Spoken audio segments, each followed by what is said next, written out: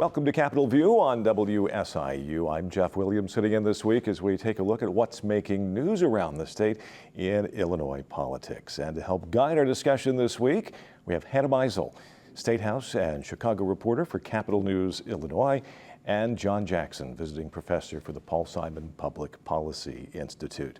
Both of you, welcome back. Thank you for having us. It continues to be a rather hectic and busy news cycle, and at the top of the list, Illinois' senior Senator Dick Durbin announced that he will not seek re-election in 2026. A lot of ramifications and implications wrapped up in the senator's retirement. John, you've observed Senator Durbin during his rise to power in Congress for the past 30 years, and you've known him for many more years than that. What does this announcement at this time mean for not only the senator, but for Illinois and for the U.S. Senate? Well, Jeff, you're right. I first met him when he was a young staff member for Paul Simon. And so go back to when he was about 24, 25 years old. I've watched his career for a long time. This is definitely a loss of power and clout for Illinois, and it won't be replaced easily. He's the second highest ranking Democrat in the Senate, second only Chuck Schumer.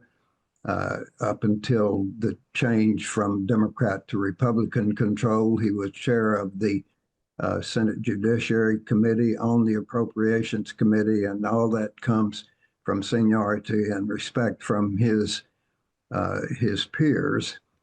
Of course, we've got a wide range running. I'll list them quickly. Democrats are Lieutenant Governor Stratton, who's already been endorsed by the governor. That gives him an advantage.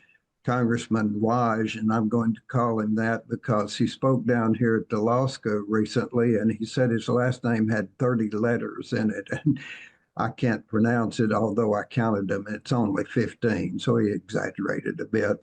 Congresswoman Robin Kelly, Congresswoman Lauren Underwood, Treasurer Mike Frerick, and maybe others that I've missed, but those are the ones that I've heard about. The only Republican I've heard is possibly a Ray LaHood run, not Ray, his son, Congressman LaHood. Darren, I got his dad and him mixed up. Congressman LaHood has talked about, he's a downstater. I'd say it'd be tough to give up a safe seat for him to run. So I think the next member of the Senate from Illinois will come from Northeast Illinois. I don't think there's much doubt about that. But I will say Durbin emphasized this when he was talking about getting out, and he said that whether you're from downstate as he is or not, what really counts is, do you see Illinois as one state? Do you emphasize that which unites us?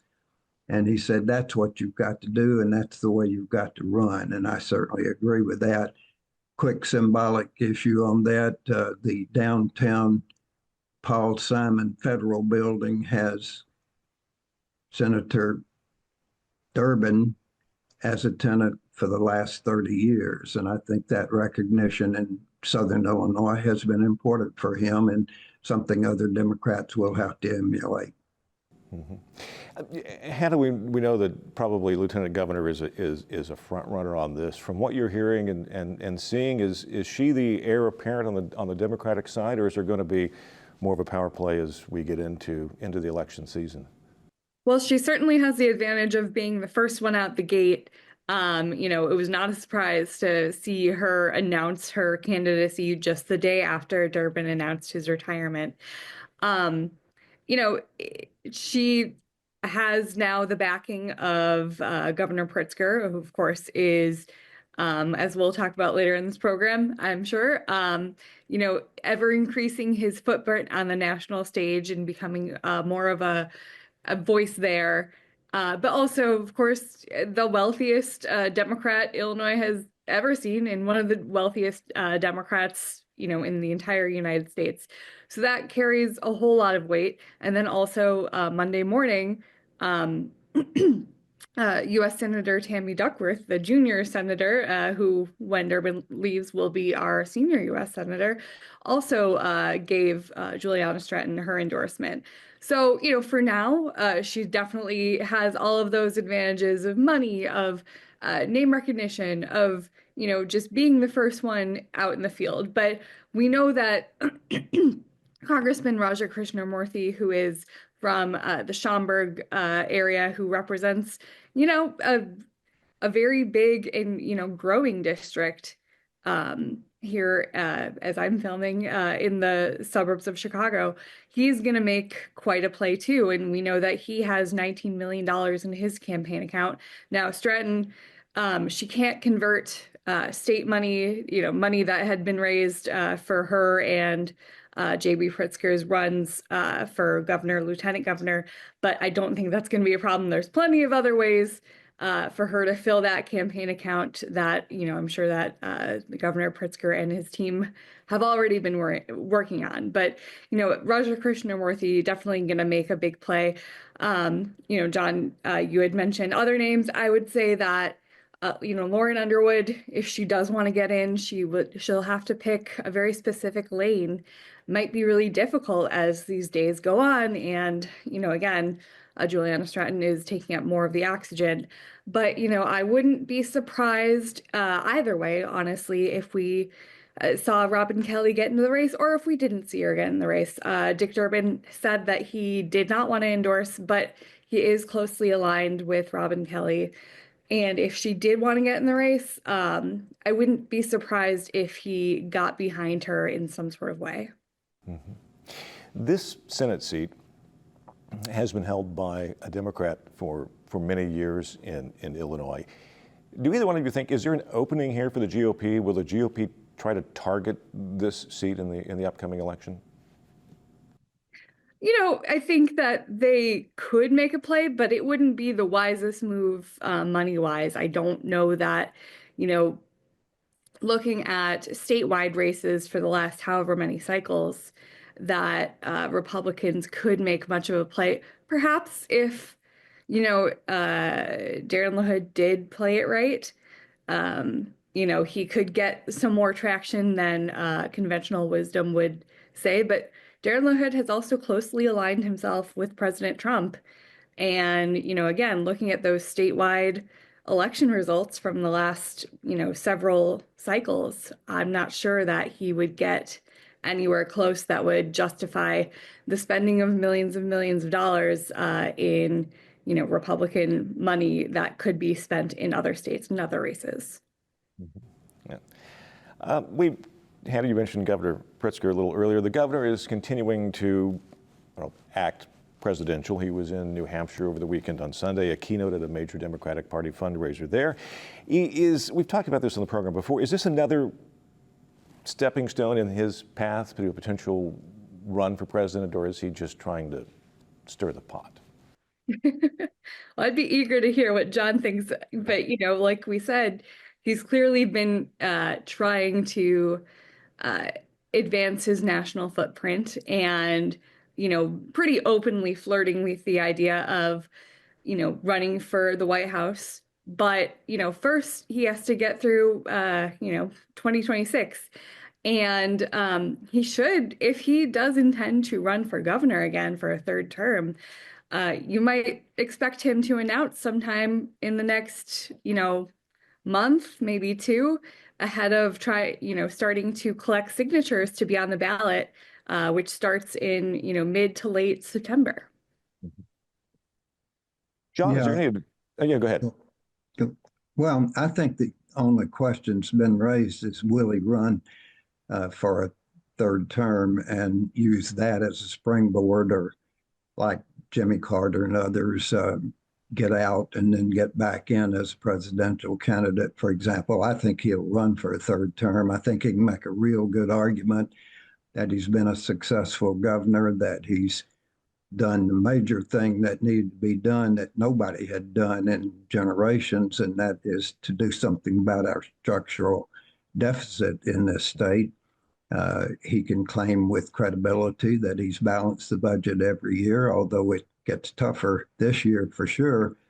but he's got all kinds of reasons to want to run on that record. And this goes way back with him. You may remember that I think it was January of Trump's first term, he had the governors to the White House. And the one that took him on and got the most publicity that night was J.B. Pritzker. I don't think, it could be something about billionaires and billionaires butting heads, but he's always spoken out. And I think a term that I've not seen used for him is pragmatic progressive. He's clearly progressive, but he's also pragmatic and wants to get the job done and can argue that he has gotten the job done in this state. Now, it's a big national stage, but he's got some arguments he can make. Mm-hmm. John, you mentioned that. It makes me think. In his speech on Sunday, he was an equal opportunity offender. He reached out and poked at both Republicans and Democrats. What lane do you think he is trying to carve out here?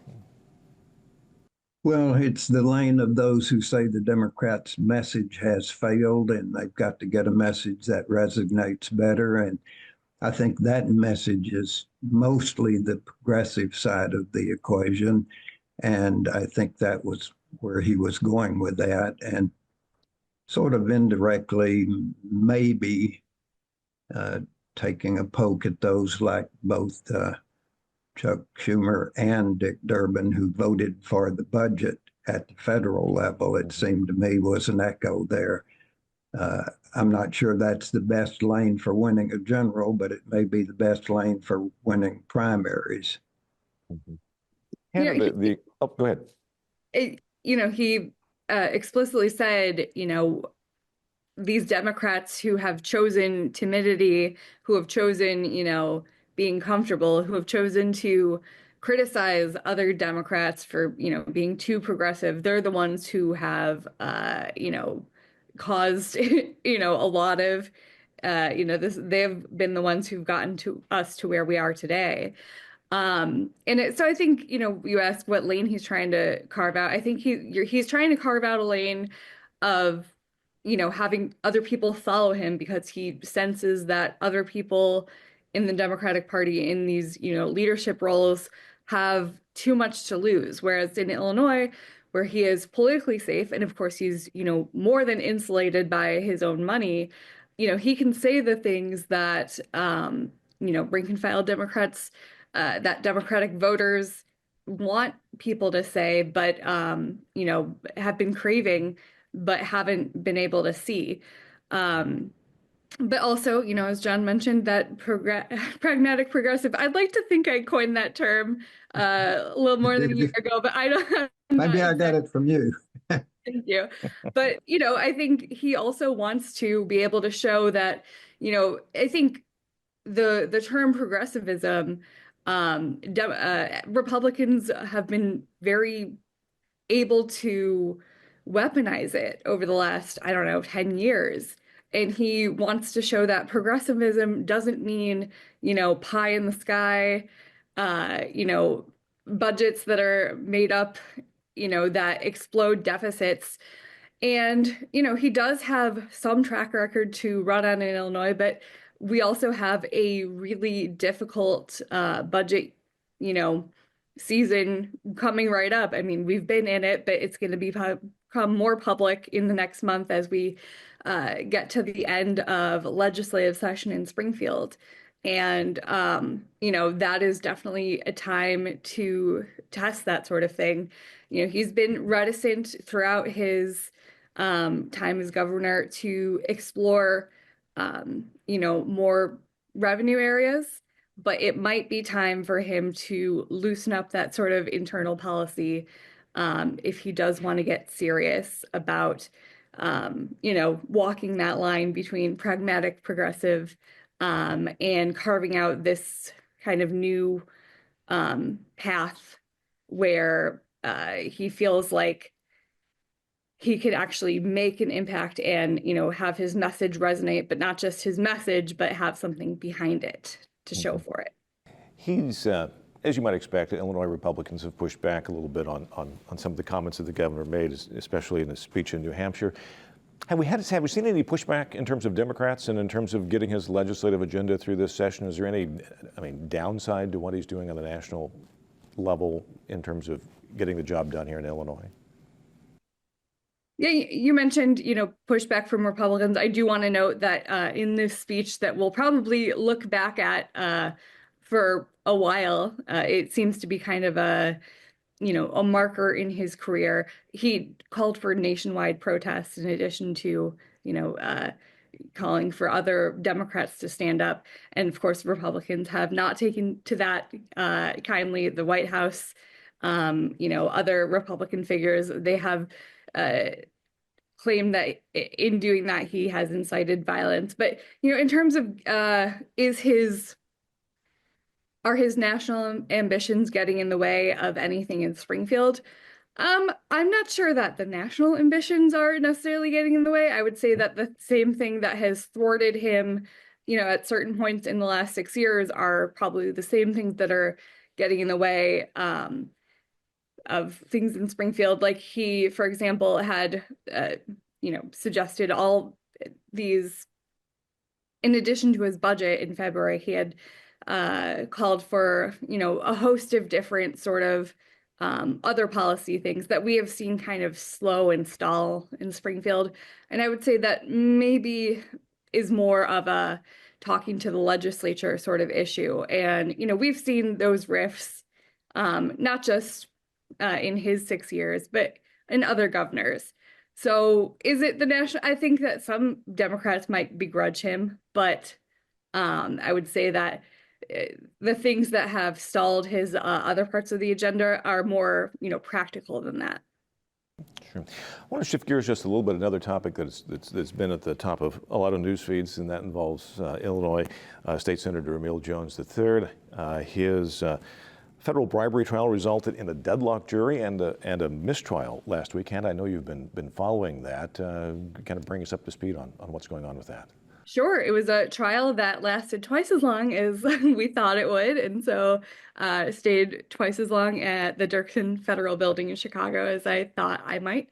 But basically, State Senator Emil Jones III, who of course is the son of former Illinois Senate President Emil Jones Jr., who served in that role from 2003 to 2009, called himself Barack Obama's political godfather, and was closely allied with Governor Rod Blagojevich when the governor had zero friends left in Springfield. Emil Jones III had been accused of agreeing to accept bribes from a red light camera entrepreneur who, unbeknownst to him at the time, was actually an FBI cooperator. And this FBI cooperator had caught a host of other elected officials, mostly mayors in Chicago's southwest suburbs, but also then State Senator Martin Sandoval, who actually died after he had pled guilty, started cooperating with the feds, but then he passed away in late 2020 from COVID complications. Now, Emil Jones was probably the last of the folks that this FBI cooperator had caught in his, year and a half, secretly cooperating with the FBI. And he basically pressured Jones to come up with a figure for fundraising. Eventually he said, okay, you can raise me $5,000, but also, I have this former intern working for me. Can you get him a job? And so the feds say that once he said that, and then once he agreed, the conversation kept going to this bill that the FBI cooperator in his official capacity as this executive of a red light camera company didn't like. Senator Jones was trying to get a statewide study of red light camera systems. And, more or less agreed to limit it to the city of Chicago so it wouldn't affect his business, which operated primarily in the suburbs, that he had completed the bribe.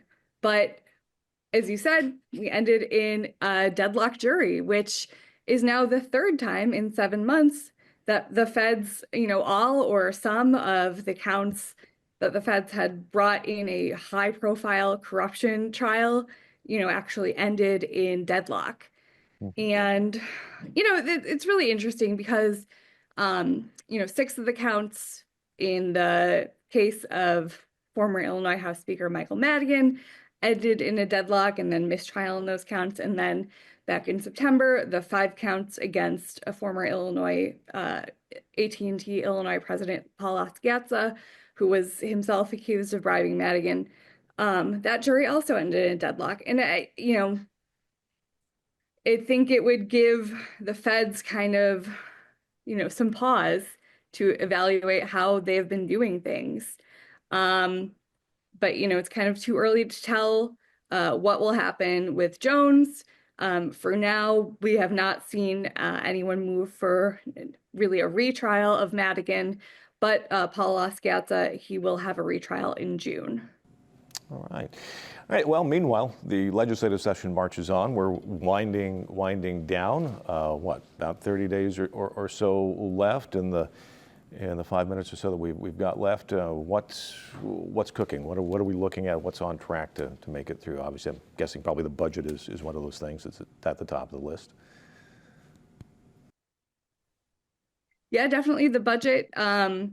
Like I said earlier, it is a tougher budget year than Illinois has seen. Illinois has kind of been saved by a booming economy, in the post-COVID era and, even pre-COVID, just month after month, higher than expected tax returns. But in an economy that has been kind of seeing the first effects of these Trump tariffs, we might not be able to, count on that anymore. And I think that is definitely a scary prospect for, not just budgeteers, but everyone who lives under, an Illinois budget that pays for services that you might not even think of. But I'd love to hear John's thoughts on what is coming down the road. Well, I think we've begun to touch on the important things in terms of the Illinois legislature and getting out of town on May the 20th. And I wouldn't be surprised that they get that done, but it's being done with a lot of question marks, as Hannah's just indicated, mostly surrounding the budget. There could be a special session called later and could be a longer veto session in the fall. But this is all happening all across the U.S. Every state, no matter whether it's Democrat, Republican, red, or blue, they are struggling with what Donald Trump has done with the whole bargain that federalism is all about. He's basically issued so many executive orders, taken so many steps, and basically created so much uncertainty that the states are now experiencing what the international community has experienced. On the international front, he has completely upset and changed what had been for 75 or 80 years since the end of World War II, especially the Western world's view of how the foreign and defense policies should be managed. That would be NATO, of course, and that would be trying to spread democracy, and all of that had worked well, at least in terms of stopping World War III. It had been plenty of regional, but no total wars like 1 and 2 had been. So it had basically worked pretty well for the United States, for sure, when we got richer and better off, in spite of the fact of having the biggest defense budget. He shook the foundations of the world economic trade with the tariffs, and now he's shaken the basis of federalism. Our federalism system, as we've known it, has been in place since Franklin Roosevelt and the New Deal, and it was expanded considerably by Lyndon Johnson and the Great Society. And now there's great uncertainty about which bills the feds have been paying, won't pay anymore, how many people they're laying off. Things like the post office, for example, now been marked for 20,000 employees to be laid off and 70 sites to be closed. These are real people with real jobs and communities, and many of those are in the most rural areas that depend on the USPS, and it's uncertainty there. It's uncertainty about Medicaid. It's uncertainty about SNAP. On and on it goes, and there are no answers that are going to be available by May the 30th. And everybody is struggling with what Trump has done to upset the dominant paradigm that we've lived under, that has been federalism forever.